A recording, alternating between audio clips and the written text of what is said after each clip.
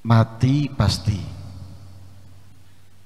tapi husnul khatimah belum pasti. Nah, mati pasti, husnul khatimah belum pasti. Kita sekarang mungkin banyak melakukan kebaikan, ketaatan, tapi juga belum tentu kita meninggal dalam keadaan husnul khatimah. Kalau kita yang kebaikannya belum memenuhi hari-hari kita, tidak khawatir, tidak takut,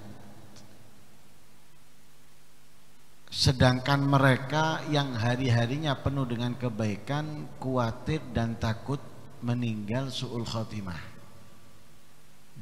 Para salaf itu dari pagi sampai malam, dari tidur sampai bangun, atau dari bangun tidur sampai tidur, itu penuh dengan kebaikan, ketaatan. Tapi mereka masih takut dan terus menangis, tidak pernah menganggap dirinya hebat dan mulia.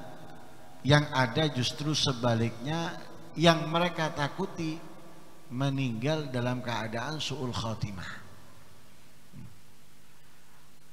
Lah kalau kita kan kita menyadari diri kita masing-masing, bangun tidur sampai tidur, ketaatan, kebaikan itu kadang banyak, kadang sedikit. Seringnya masih banyak yang kita tinggalkan dari kesunahan atau juga dari kewajiban. Kemudian untuk menangis dan takut tidak ada. Kan terbalik. Semestinya mereka yang lebih tenang karena kebaikan sudah mewarnai kehidupan mereka.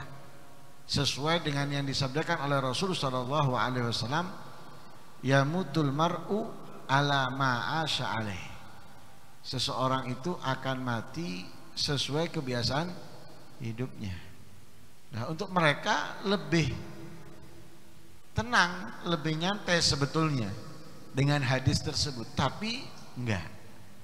Mereka justru tetap takut. Nah, kita yang masih dipenuhi dengan kemaksiatan, kelalaian, enggak ada takutnya. Padahal ancaman ada di hadapan kita.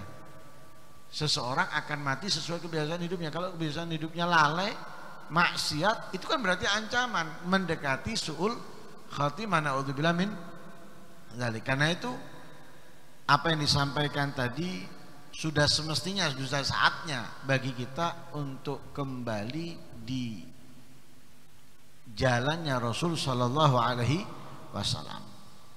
Pelan-pelan kita mengikuti jejaknya Nabi Muhammad, dari tidur dengan adabnya Rasulullah sallallahu alaihi wasallam, minimal itu wudu, membaca doa yang paling singkat, ya, daripada tidak sama sekali, ya, itu minimal.